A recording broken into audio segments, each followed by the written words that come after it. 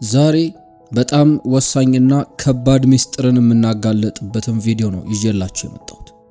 ለመሆኑ ሴቶች ምን አይነት ወንድ ነው የሚያከብሩት?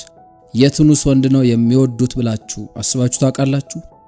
በዚህ ቪዲዮ በቀላሉ ብዙ ሴቶች የሚያከብሩትና የሚወዱትን የወንድ አይነት ወይም ደግሞ ያ ወንድ የሚላበሳቸውን ባህሪዎች በዝርዝር ነግርህና በዛ መሰረት ራስን አስተካክለ ተወዳጅና ተፈላጊ እንዲሁም ደግሞ በብዙ ሴቶች የሚከበርና የሚወደደውን ወንድ ትሆናለህ ማለት ነው። እንደ ሁል ጊዜው ይሄ ቪዲዮ እንደዋዛም ማይታይ ስለሆነ ወረቀትና እስክሪፕቶን አዘጋጅተህ አጤሬራን እየጻፍክ ተከታተለኝ።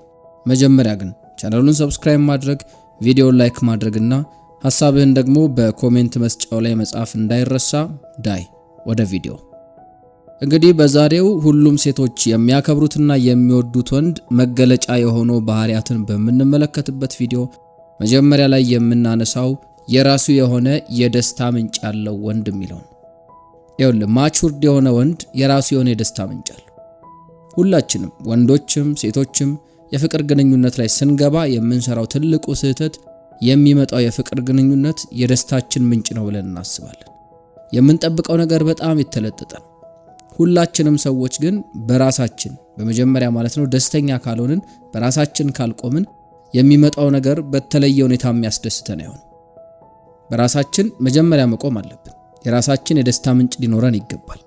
ስለዚህ የሚመጣው ሰው የሚመጣው የፍቅር ግንኙነት በጣም እንድንደሰት አሁን ካለንበት ከፍ እንዲል ያደርገዋል እንጂ ደስታዬ የፍቅር ግንኙነቱ ላይ ነው ጥገኛ የሚሆነው ብለን መግባት በጣም ብዙ ዋጋ ያስከፍላል። ስለዚህ የበሰለ ወንድ የሚባለው በራሱ ደስተኛ ነው።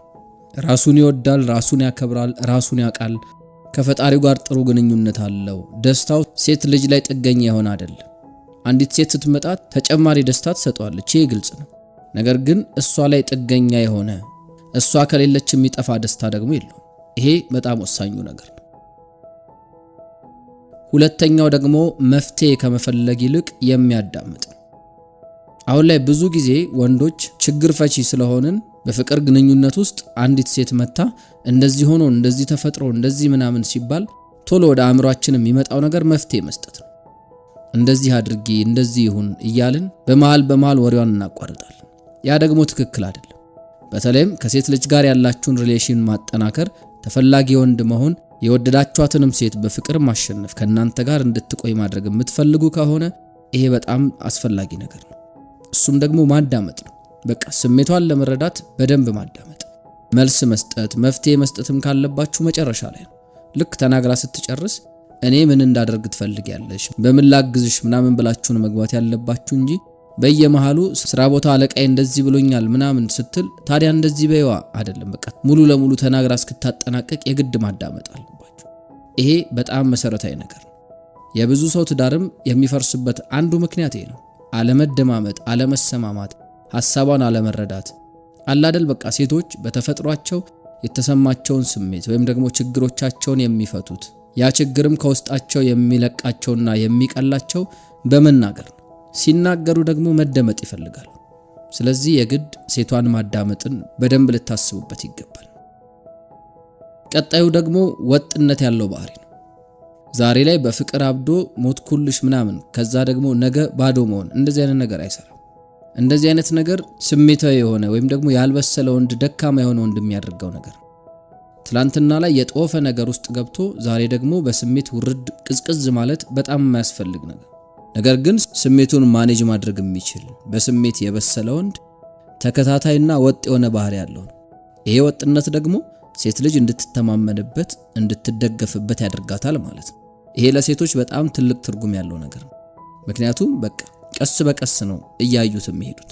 ብዙ ጊዜ የጸብ ያለ መግባባት መንስኤ የሚሆነው መጀመሪያ እንደዚህ ታደርግልኝ ነበር አሁን ግን ትተሃል የሚሉ ነገሮች ናቸው።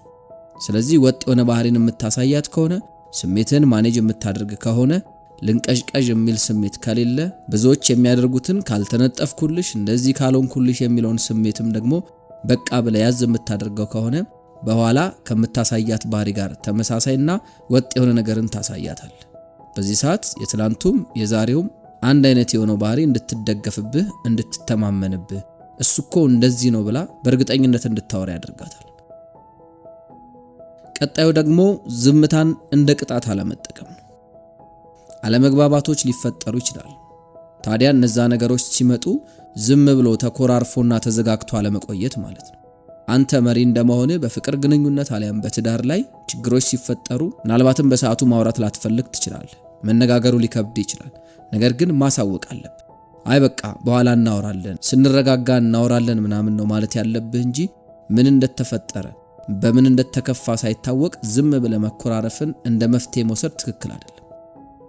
ያ ካስተዳደገ ከዚህ በፊት ከነበረ ግንኙነት ካለፈ ህይወትም እንደዚህ አይነት ባህሪ ሊኖርብ ይችላል። ነገር ግን ልክ አይደለም።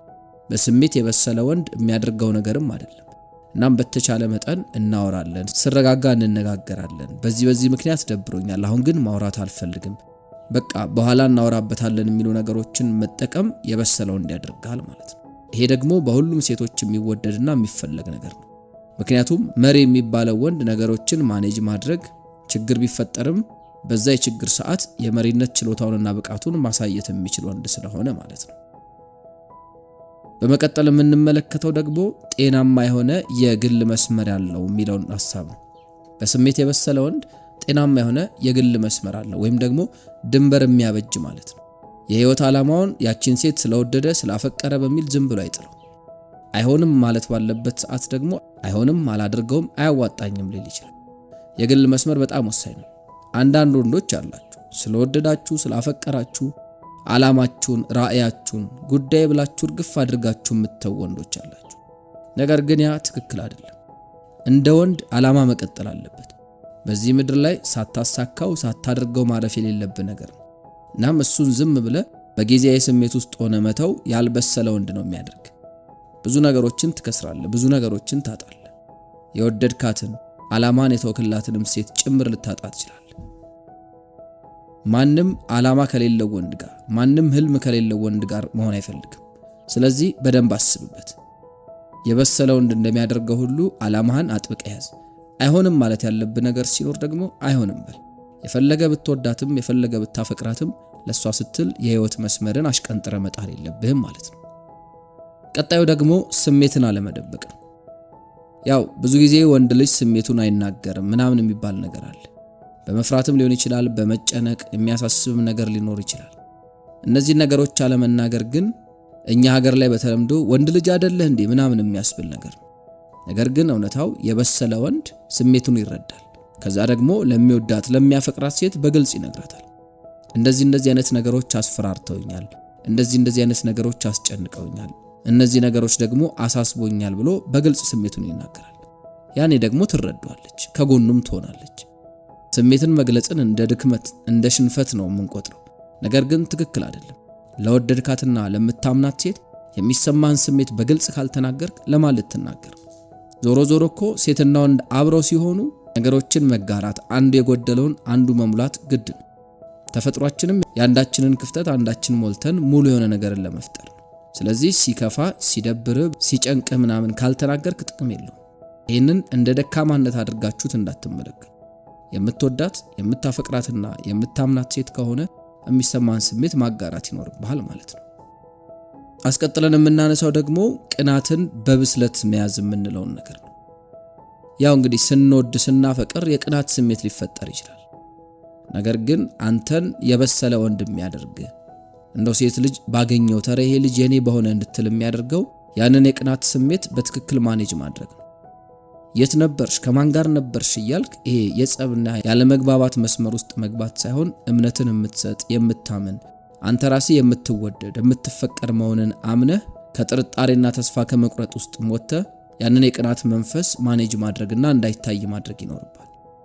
እርግጥ ነው ሰውን ስንወድ ጥቃቅንም ነገር ሊያስቀናን ይችላል። ነገር ግን ያ የቅናት ስሜት የግድ መገራት መቻል አለበት። ወደሚታይና ወደሚዳሰስ ነገር መለወጥ የለበትም። ምክንያቱም በኋላ ላይ ይሄ ከማጋ ነበርሽ የትን ያመሻሽው የሚሉ ነገሮች እያደጉ ሲመጡ ወደ አካላዊ ጥቃትና ወደ አላስፈላጊ ነገሮችም ሊከታችሁ ስለሚችል የግድ የቅናት መጠናችሁን ማኔጅ ማድረግ ይኖርባችኋል ማለት ነው። ስምንተኛው ደግሞ በግጭት ወቅት ለማሸነፍ አለመሞከር ነው። እንግዲህ በዚህ ቪዲዮ የበሰለ ወንድ ወይም ደግሞ ሁሉም ሴቶች የኔ በሆነ የሚሉት የሚወዱት የሚያከብሩትን ወንድ ባህሪ እየዘረዘረ ነው። ስምንተኛ ላይ አስቀድመን እንዳነሳ ነው በግጭት ወቅት ለማሸነፍ አለመጣር የሚለውን ነጥብ ነው የምናነሳው። ብዙ ጊዜ ካስተዋላችሁ ጸብ በሚፈጠርበት ወቅት ላይ ካፕሎች ወይም ደግሞ ጥንዶች ባለትዳሮችም በሉት ብቻ ላለመሸነፍ የሚያደርጉትን ጥረት አስተውላችሁ ታውቃላችሁ? በቃ እኔ ትክክል ነኝ የሚለውን ለማሳመን የማያወጡት ተራራ የማይዘረዝሩት ማስረጃ የለም። እውነት ለመናገር የበሰለ ወንድ ወይም ደግሞ ማቹርድ የሆነ ወንድ እኔ ትክክል ነኝ የሚለው አይደለም የሚያሳስበው። ይልቁኑ ያንን ነገር እንዴት እንፍታው፣ እንዴት ነው ማለፍ የምንችለው የሚለው ላይ ነው ትኩረት የሚያደርገው። ስለዚህ እናንተም እንደበሰለ ወንድ ከትዳር አጋራችሁ ጋር ከፍቅረኛችሁ ጋር አለመግባባትና ግጭት ውስጥ ስትገቡ በዛ ነገር ውስጥ ትክክለኛና አሸናፊ መስሎ ለመታየት ከመጋጋጥ ይልቅ ያንን ነገር ለመፍታት ጥረት ማድረግ ነው የበሰለ ወንድ እንድትባሉ የሚያደርጋችሁ። 9ኛው ደግሞ ስሜትን የመቆጣጠር ብቃት ነው። ሴቶች እንግዲህ አውቀውት ተረድተውት ወይም ደግሞ እያንዳንዱን ቃል ተንትነው ሳይሆን እንዲሁ የሚማርካቸው የሚያሸንፋቸው አይነት ወንድ ስሜቱን የሚቆጣጠር ወንድ ነው። አሁን ላይ በጠይቁ ሴቶች በስሜት የበሰለ ወንድ ምናምን ላይ ያሉ ይችላሉ። ነገር ግን ባህሪያቶቹ ማለትም እዛ ሰው ላይ የሚታዩት ባህሪያት እነዚህን ነገሮች የሚጠቁሙ ናቸው። በስሜት የበሰለ ወንድ በየትኛውም ቦታ ላይ የማሸነፍ የመማረክ አቅም አለው። ሁሉም ሴቶች የሚወዱትና የሚያከብሩት ወንድ ነው። ብዙ ነገሮች ሊፈጠሩ ይችላሉ። ችግሮች በሚፈጠርበት ሰዓት በመቆጣት በመጮህ ሪያክት የሚያደርግ ሳይሆን ችግሮችን ለመፍታት የሚሞክር የተረጋጋና ስሜቱን መቆጣጠር የሚችል ወንድ በሴቶች ዘንድ ተመራጭ ነው። ቅድም እንዳለው ምንም አይነት ነገር ሊፈጠር ይችላል። ነገር ግን በዛ ጊዜ ስሜቱን ተቆጣጥሮ ጥሩ ባልሆነ መንገድ ሪያክት የማያደርግ የማይቆጣውንና የማይሳደበውን ወንድ ይመርጣሉ። ምክንያቱም ስሜቱን ማኔጅ ማድረግ ወይም ደግሞ መቆጣጠር ስለሚችል ስሜቱን እንዲበልጠው ስሜቱን እንዲያሸንፈውና እንዲገዛው ወይም ደግሞ እንዲመራው ስለማይፈቅድለት ማለት ነው። በዚህ ቪዲዮ በመጨረሻ ላይ የምንመለከተው ባህሪ ደግሞ ስህተትን አምኖ ይቅርታ መጠየቅ ነው። ይሄ እንግዲህ የበሰለ ወንድ የሚያደርገው በጣም ትልቁ ነገር ነው። ያው እንግዲህ በህይወት ውስጥ ስንኖር በፍቅር ግንኙነት ውስጥ አይደለም እንዲሁ ዝም ብለን ራሱ እየኖርን ብዙ ስህተቶችን እንሰራለን። ከስህተቶቻችን እየተማርን ደግሞ ወደፊት እንቀጥላለን። ነገር ግን የምንማርበት መንገድ ከሰዎች ጋር ሲሆን ይቅርታ እየጠየቅን ነው። ምክንያቱም የጎዳነው ያስቀየምነው ሰው ስላለ ማለት ነው። እዚህ ጋር ደካማ ወንድ ምን እንደሚያደርግ ታውቃላችሁ? ያንን ነገር ሌሎች ናቸው ያደረጉት ብሎ ያሳብባል ወይም ደግሞ ጣቱን ይቀስራል።